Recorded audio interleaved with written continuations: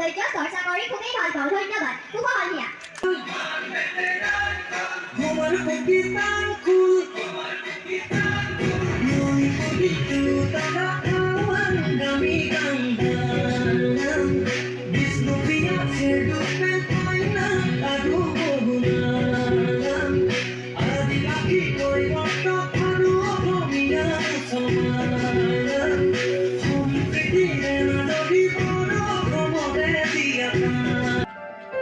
আপোনালোকৰ সন্মুখত